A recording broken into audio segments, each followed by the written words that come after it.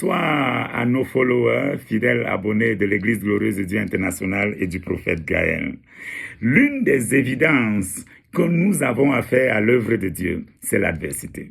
La Bible révèle que tout ce qui est né de Dieu va souffrir l'adversité.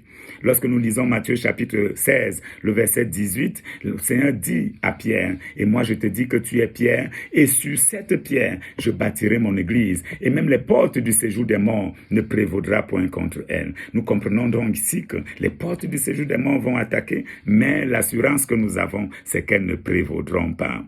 L'Église glorieuse de Dieu internationale est depuis sa création sujette à une intensive adversité. Cette adversité est conforme à toutes les prophéties qui accompagnent la vision de l'Église, des attaques intérieures et extérieures, des oppositions gratuites, toutes sortes d'interférences. Voilà ce qui constitue l'adversité dont on parle. On nous colle toutes sortes de qualificatifs, on nous appelle de tous les noms d'oiseaux.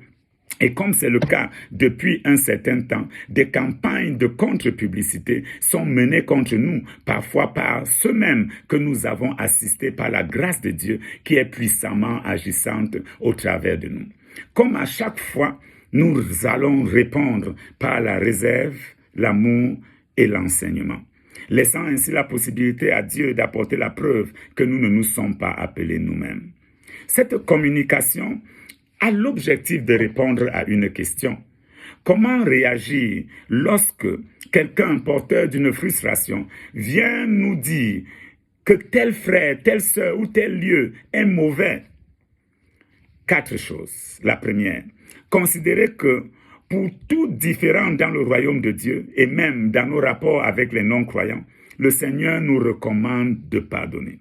Par conséquent, il sera judicieux, selon Matthieu chapitre 18, versets 15 à 20, d'entreprendre un rapprochement entre les personnes impliquées avec l'objectif de maintenir l'accord et l'unité de la communauté.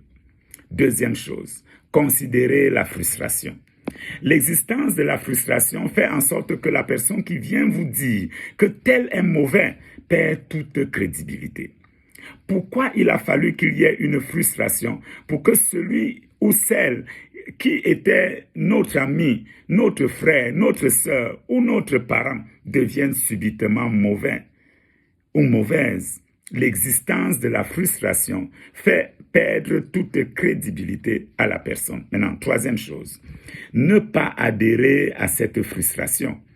La caractéristique des chrétiens immatures est que lorsqu'ils sont frustrés, ils ne recherchent pas l'assistance de personnes matures, mais iront vers des faibles pour susciter des adhésions à leur frustration.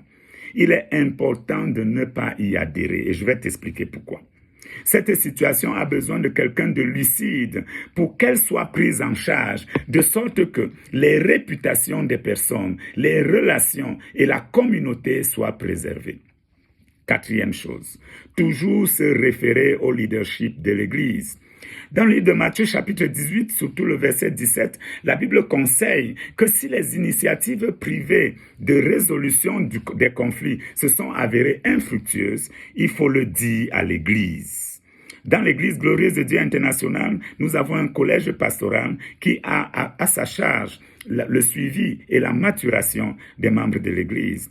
Par conséquent, il est compétent pour connaître toute situation de frustration ou il est compétent pour écouter toute situation ou toute frère, toute sœur qui a une préoccupation quelconque qui peut menacer sa foi, la foi de notre frère ou l'unité de l'Église. Lorsque une situation comme ça arrivera, je vous recommande de vous rapprocher du collège pastoral. Approchez-vous de l'un des pasteurs et il fera en sorte que votre préoccupation soit prise en compte et toutes les personnes qui sont associées à elle seront interpellées de sorte que les réputations, les relations et l'unité de la communauté soient préservées.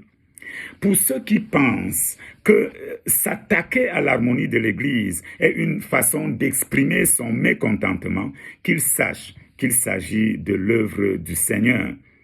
Pour nous, nous répondrons toujours par la réserve, l'amour et l'enseignement. La réserve, l'amour et l'enseignement.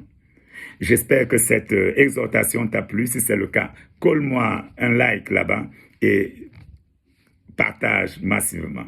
Que le Seigneur te bénisse.